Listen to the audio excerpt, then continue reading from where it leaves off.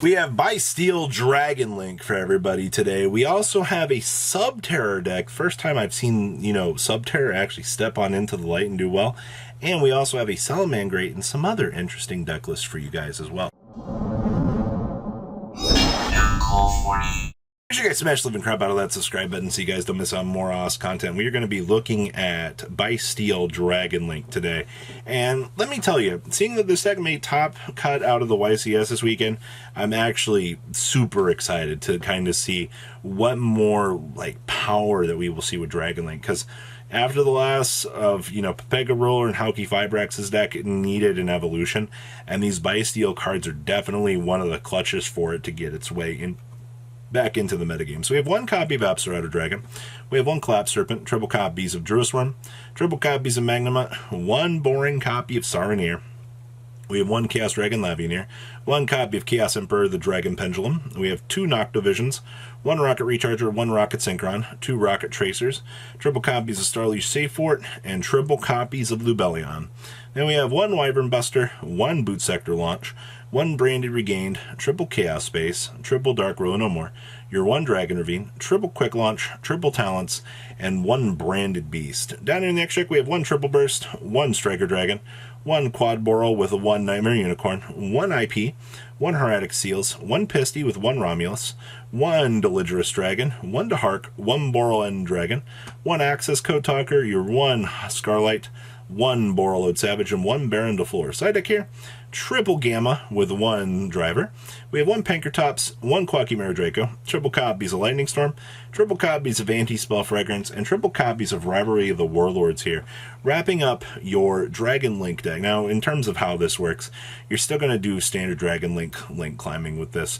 You just have much better options now to kind of slow down the pace of the meta, because the quicker that the meta gets, the lot harder that this deck kind of has a difficult time kind of keeping up.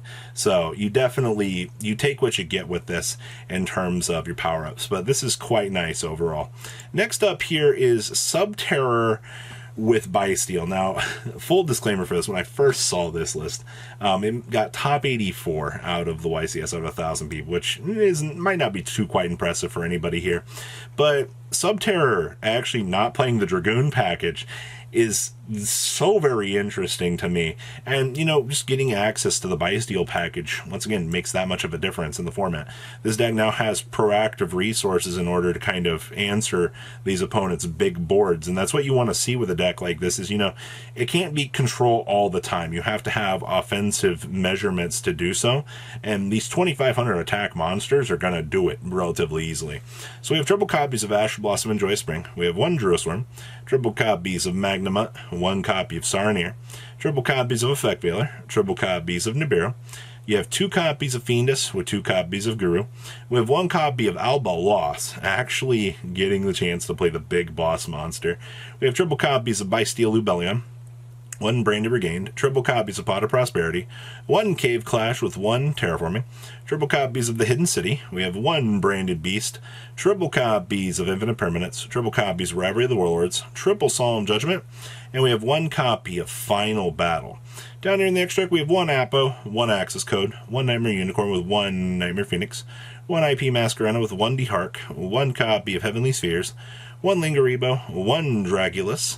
We have one Strike Bouncer with one Zeus, the one Gaia Charger, one Wollo, one Atum, and then one Psychic Imp Punisher. And we have triple copies of There Can Only Be One, triple Chaos Hunter, two Cosmic Cyclone, triple Dimension Shifter, triple Spooky Dogwood, and one copy of Harpy's Feather Duster here, wrapping up, just once again, a massive monster of anti-meta proportions. Once again, looks like it works on paper. I love to see it.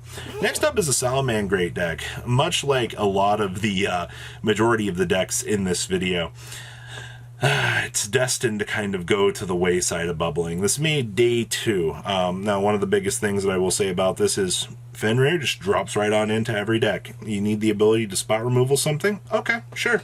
Fenrir will give you the opportunity to do so. Just monster effect, you just did your starter. Let's go ahead and banish that face down. Now you're down a body. Oh, you made a link 2 that's going to activate its effect?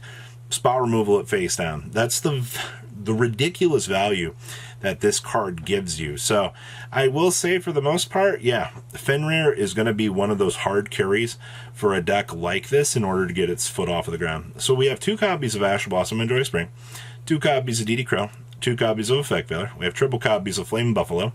We have 1 Ghost Bell with 2 Ghost Ogres. We have triple copies of Fenrir, 2 copies of Lady Debug, 2 copies of Nibiru. We have triple copies of Parallel Exceed, 1 Salamangreat Falco, 1 Fowl, 2 copies of Foxy. We have 1 Gazelle, 2 copies of Jack Jaguar, 1 Mirror with 2 copies of Spinny.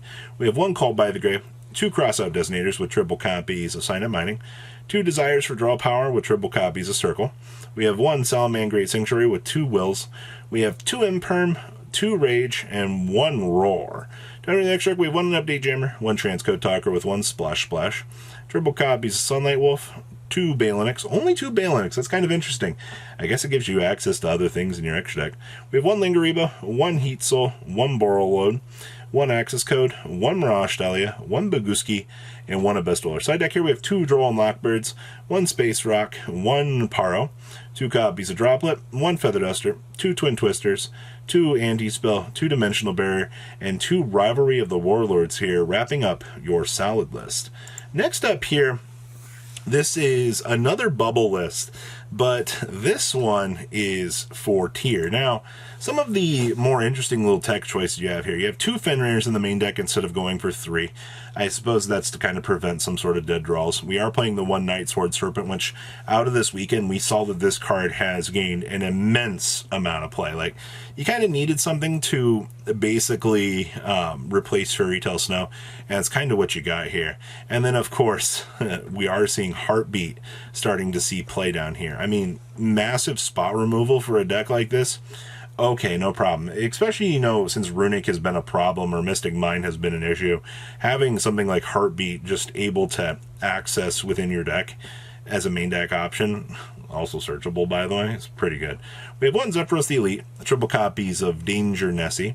We have 1 Jackalope with 1 Tsuchinoko, 2 copies of Fenrir. We have the 1 Night Sword Serpent with triple copies of Havnus, triple copies of Merly, triple copies of Reno Heart, triple copies of Shayren, triple copies of Hadoken, 1 Foolish Burial, 1 Instafusion, triple copies of Paralineo, 1 Rhoda, triple copies of Super Poly, 1 Heartbeat, 2 copies of Scream, and we have 1 Terraforming, 1 Crime, and 2 Solic. Yeah, Crime is actually starting to see a lot of play out of this weekend.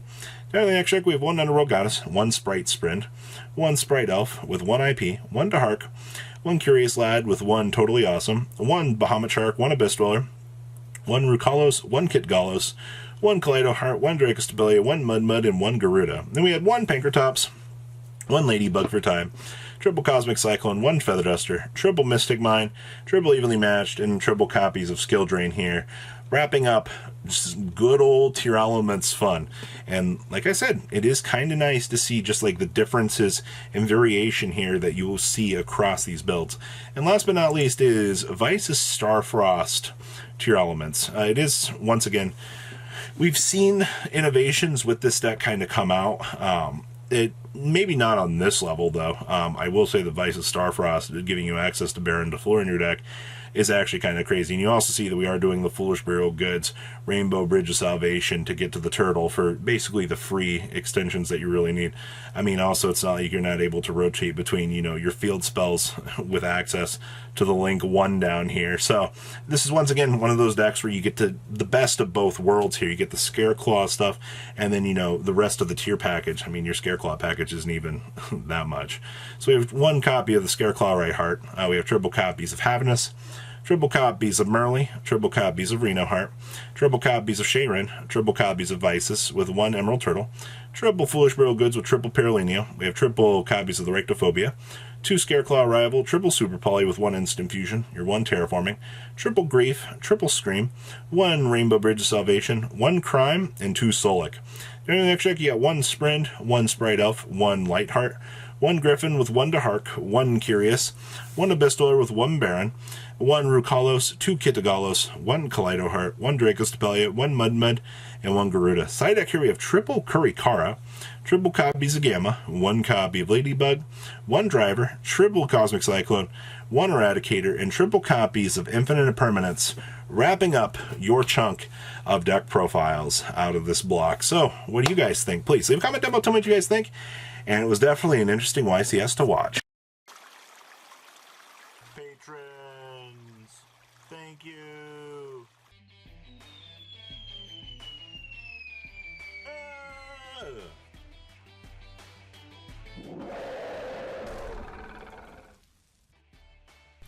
Thank you so much for watching. Check out these other videos.